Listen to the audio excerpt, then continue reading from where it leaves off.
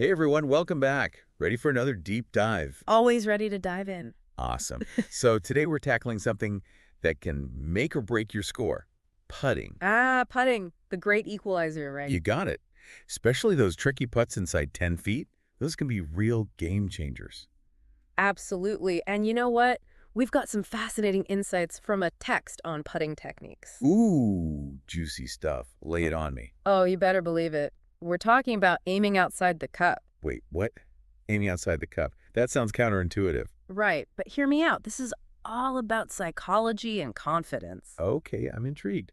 So how does aiming outside the cup help you make more putts? Well, think about it. How many times have you left a short putt short because you were so afraid of hitting it too hard? Ugh, all the time. I get so tentative, especially when there's pressure. Exactly. It's like you're subconsciously trying to guide the ball into the hole instead of making a confident stroke. Yeah, I can see that. So, by aiming outside the cup, You're giving yourself permission to actually hit the ball. You're not as worried about overshooting, so you can accelerate through the putt. makes sense. It's like taking the fear out of the equation. Precisely. And when you're not afraid to hit the ball, you're more likely to make a smooth, decisive stroke. So, it's like tricking your brain into making a better putt. You could say that, and there's a great analogy in archery. Oh, I love analogies. Nothing more. Archers often aim for a point just beyond the target to increase their accuracy. They're not focusing on the bullseye itself, but on a spot slightly beyond it. Interesting. So they're shifting their focus to encourage a more fluid motion. Exactly. And the same principle applies to putting.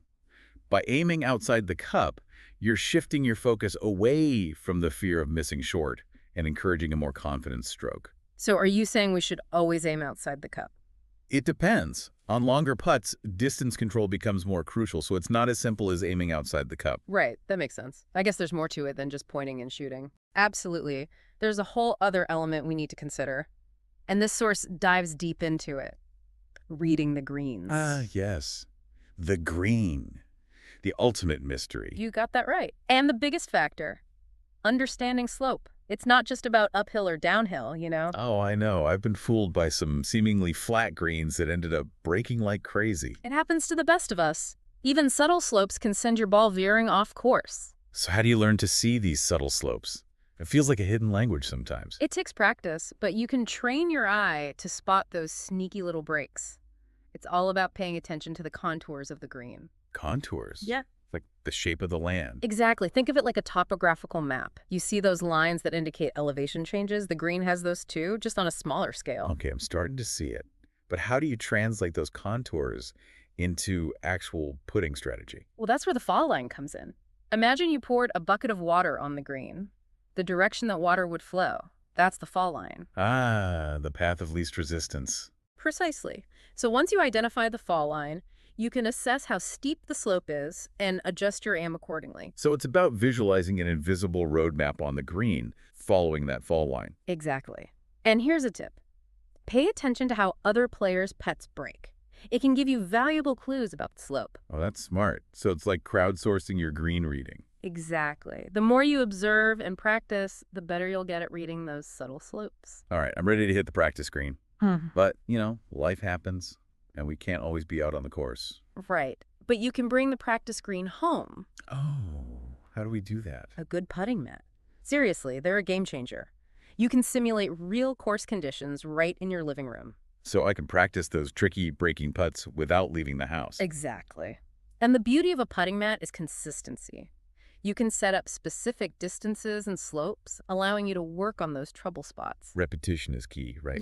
Just like with any skill. Absolutely. Muscle memory is huge in putting, and a putting mat helps you groove that perfect stroke. Okay, sold. I'm getting a putting mat. Any other practice tips? Oh, this one's a bit unconventional, but trust me on this. Use a digital level. Wait, a digital level, like the kind you use for hanging pictures? Yep, that's the one. Place it on your putting mat to measure the exact degree of slope. Never thought of that. But how does that help? It gives you precise feedback. You start to see how even tiny changes in angle affect the break. So it's like adding a scientific element to your practice routine. Exactly. And that's where the real magic happens. Technology and repetition, they work hand in hand to accelerate your learning. You're blowing my mind with these insights. Now, remember that crazy formula you mentioned earlier? The one for calculating aiming points? Ah, yes. It sounds complicated, but it's actually pretty straightforward. Okay, break it down for me. Is it like EMCO for putting? Huh. Not quite that complex. It basically uses the degree of slope and the distance of your putt. You multiply those two together, and that tells you how many inches to adjust your aim. Hold on, let me grab a pencil and paper. So let's say I have a 5-degree slope and a 10-foot putt. You'd multiply 5 by 10, which equals 50. Yeah. So you would adjust your aim point 50 inches in the direction of the break. Okay, I think I'm getting it. Yeah. But is this formula foolproof? It's a great starting point, but remember, putting is a nuanced game. Right. There are always other factors at play, like the grain of the grass, wind conditions. Exactly. Think of this formula as a tool to guide you, not a rigid rule. You still need to use your judgment and experience. So it's about combining this mathematical approach with those green reading skills we talked about earlier. Exactly. It's about understanding the science, the strategy, and the psychology all working together. This has been an incredible deep dive. Aiming outside the cup, understanding slope, practicing at home with technology. And don't forget that mathematical formula. It's amazing how much goes into sinking those seemingly simple putts. It really is. I'm feeling inspired to rethink my entire putting game. That's the spirit. The key takeaway is to embrace the challenge and keep experimenting. And to practice, practice, practice. Absolutely. The more you practice, the more confident you'll become. And that confidence will translate into lower scores. Great advice. Thanks for taking this deep dive with me. My pleasure. Until next time, happy putting, everyone. See you on the green.